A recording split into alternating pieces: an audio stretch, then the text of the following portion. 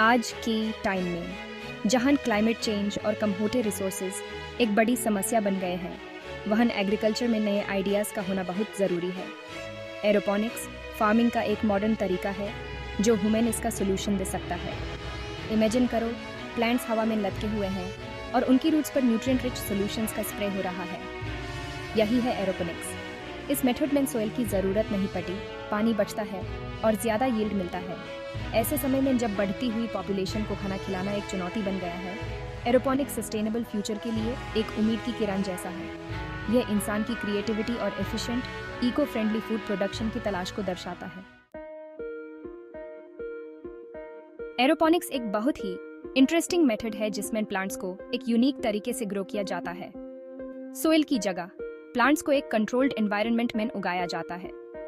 उनकी रूट्स हवा में लटकी रहती हैं। रूट्स पर रेगुलरली न्यूट्रिएंट रिच सॉल्यूशन का स्प्रे किया जाता है। इस सॉल्यूशन में प्लांट्स को ग्रो होने के लिए सारे एसेंशियल मिनरल्स और न्यूट्रिएंट्स होते हैं। मिस्टिंग की फ्रीक्वेंसी और ड्यूरेशन को केयरफुली कंट्रोल किया जाता है ताकि प्लांट्स की ग्रोथ अच्छी हो। ग्रोइंग चेंबर के एयर को भी टेम्परेचर और ह्यूमिडिटी के लिए रेगुलेट किया जाता है। ग्रोइंग एनवायरनमेंट पर इस प्रिसाइज कंट्रोल की वजह से प्लांट्स जल्दी ग्रो होते हैं और ट्रेडिशनल फार्मिंग मेथड्स के मुकाबले ज़्यादा यील्ड देते हैं।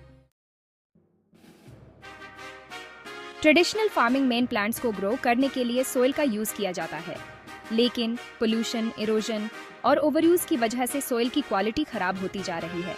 एरोपोनिक्स हमें एक अलग ही एडवांटेज देता है क्योंकि इसमें हमें सोइल की ज़रूरत ही नहीं पड़ती। इससे सोइल बॉर्न डिजीजेस का खतरा कम होता है और हमें हार्मफुल पेस्टिसाइड्स और हर्बिसाइड्स यूज़ नहीं करने पड़ते। इसके साथ ही एरोपोनिक्स में ट्रेडिशनल फार्मिंग के मुकाबले बहुत कम पानी यूज़ होता है।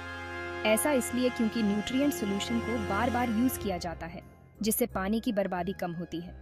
ऐसे समय में जब दुनिया में पानी की कमी होती जा रही है, पानी का यह एफिशिएंट यूज़ एरोपोनिक फार्मिंग का एक बहुत बड़ा फायदा है। सेक्शन 4, एरोपोनिक्स के बेनिफिट्स। फ्रेश एयर का एहसास।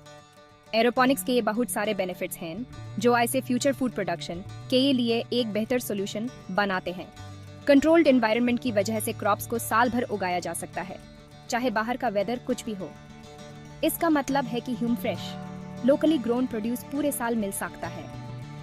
इसके अलावा एरोपोनिक सिस्टम्स में प्लांट्स जल्दी ग्रो होते हैं, जिससे ह्यूम ज़्यादा यील्ड मिलता है। बढ़ते हुए ग्लोबल पॉपुलेशन को खाना खिलाने के लिए ये इंक्रीज्ड प्रोडक्टिविटी बहुत ज़रूरी है। साथ ही सोइल का यूज़ न होने और पानी की कमी की वजह से एग्रीकल्चर का एनवायरनमेंट पर पड़ने वाला असर भी कम होता है, जो एरोपोनिक्स को एक इको फ्रेंडली चॉइस बनाता है। Section 5, challenges and drawbacks. मुश्किलों से पार पाना। एरोपोनिक्स के इतने सारे फायदे होने के बावजूद इसकी कुछ चैलेंजेस भी हैं। एरोपोनिक सिस्टम को सेटअप करने में काफ़ी खर्चा आता है, खासकर लार्ज स्केल ऑपरेशंस के लिए। ये छोटे किसानों और डेवलपिंग कंट्रीज के लिए एक बड़ी समस्या हो सकती है। इसके अलावा एरोपोनिक्स के लिए हमें थोड़ी टेक्निकल नॉलेज की ज़रूरत होती है ताकि हम सिस्टम को अच्छे से मैनेज कर सकें। न्यूट्रिएंट्स का सही बैलेंस बनाए रखना, एनवायरनमेंटल कंडीशंस को मॉनिटर करना और सिस्टम की हाइजीन का ध्यान रखना सफल एरोपोनिक फार्मिंग के लिए बहुत ज़रूरी है। पावर कट्स भी एक बड़ी समस्या हो सकते हैं क्योंकि इससे मिस्टिंग साइकिल डिस्टर्ब हो सकता है और क्रॉप्स को नुकसान पहुंच सकता है।